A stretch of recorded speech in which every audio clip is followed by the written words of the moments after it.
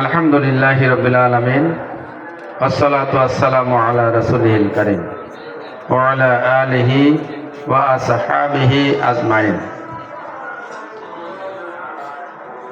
নাগরোহা দক্ষিণ পাড়া কেন্দ্রীয় জামে মসজিদের উন্নতিকল্পে আজকের আয়োজিত বিরাট ইসলামী জালসার সম্মানিত সভাপতি, অত্র এলাকার মুরব্বী, শ্রদ্ধাভাজন ব্যক্তি, বিশিষ্ট ব্যবসায়ী, সমাজসেবক, আমার শ্রদ্ধাভাজন মুরব্বী মোহাম্মদ আলহাজ মোহাম্মদ জয়নাল আবেদিন। আজকের এই জালসার প্রধান বক্তা সুদূর রংপুর থেকে এসেছেন বিশিষ্ট ইসলামিক চিন্তাবিদ, ইসলামিক টিভি চ্যানেলের যিনি নিয়মিত আলোচনা করেন, মুফতি জাহাঙ্গীর আলম আরেফি। দ্বিতীয় বক্তা হিসেবে ইতিমধ্যেই আমাদের মাঝে আলোচনা করেছেন বগুড়া থেকে আগত হাফেজ কারি মাওলানা মোহাম্মদ আবুল হাসান আল আজাদি সহ অন্যান্য হযরত ওলামায়ে কেরাম, মুরব্বিয়ানে কেরাম, আমার সাথে আগত মেহমানবৃন্দ, পর্দার আড়ালে মা এবং বোনেরা, আসসালামু আলাইকুম ওয়া রাহমাতুল্লাহি ওয়া বারাকাতুহু। আপনি কি রাগ করলেন? সালামের জবাব আরেকটু উত্তর, আল্লাহ রাসূল বলেছেন যেভাবে সালাম যায় উত্তরটা আরেকটু ভালো করে দেওয়ার কথা। আমি আবারও সালাম দিচ্ছি, আসসালামু আলাইকুম ওয়া রাহমাতুল্লাহি ওয়া বারাকাতুহু। আপনারা ভালো আছেন?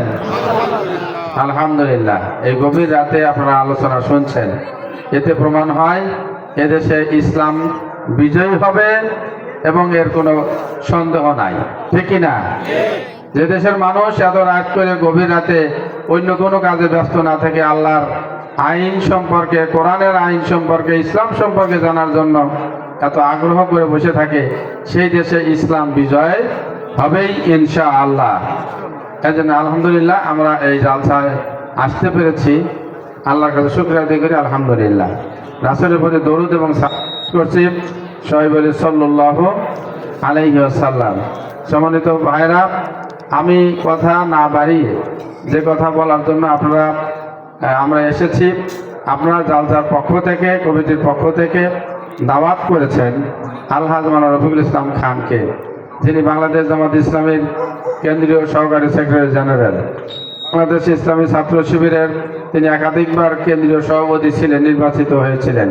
তিনি রাজশাহী বিশ্ববিদ্যালয়ের নির্বাচিত সিনেট সদস্য, রাজশাহী বিশ্ববিদ্যালয় অ্যালামনি অ্যাসোসিয়েশনের নবনির্বাচিত সভাপতি, উল্লাপাড়া গণমানুষের নেতা, কেন্দ্রীয় নেতা, 65 সিরাজগঞ্জ 4 উল্লাপাড়া সলঙ্গা আসনে আগামী ত্রয়োদশ জাতীয় সংসদ নির্বাচনে দাঁড়িপাল্লার পক্ষে জামাত ইসলামীর মনোনীত 10 দলীয় জোটের প্রার্থী আলহাজ মাওলানা রফিকুল ইসলাম খান, আপনারা তাকে দাওয়াত দিয়েছিলেন, তিনি আসারও কথা। তিনি কেন্দ্রীয় নেতা হওয়ার কারণে আজকে জামাত ইসলামের নেতৃত্বে ইসলামী দলগুলি এবং দেশপ্রেমিক আরও দল, এনসিপি, এলডিপি, জাকপা সহ অন্যান্য ইসলামিক দলগুলি, অন্যান্য দলগুলি জোটবদ্ধভাবে আগামী ত্রয়োদশ জাতীয় সংসদ নির্বাচনে অংশগ্রহণ করবেন, এই মর্মে স্বীকৃত হয়েছে। আজকেই আসন বন্টনের সর্বশেষ দিন, এই কারণে তিনি কেন্দ্রীয় নেতা হিসাবে সেখানে অবস্থান করছেন, যার কারণে আমাদের কাছে আসতে পারে নাই। এজন্য আমরা খুশি না বেজার? খুশি এই কারণে যে উল্লাপাড়ার মানুষ সারা বাংলাদেশের নেতৃত্ব দিচ্ছে। নেতৃত্ব দেওয়ার একটা অন্যতম কাজই হচ্ছে আজকে আসন বন্টনের কাজ। আজকে আসতে পারেন, খুশি হয়েছেন? খুশি হয়েছি আলহামদুলিল্লাহ।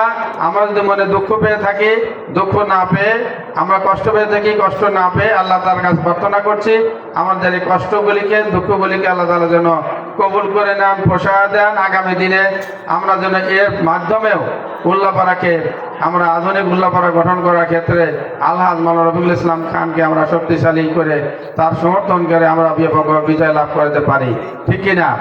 আমি আপনাদের কাছে অন্য কোনো কথা না বলে সর্বশেষ কথা যে কথা বলতে চাই, আমাদের মালিককে, আল্লাহ, আমাদের এই দেশের মালিককে,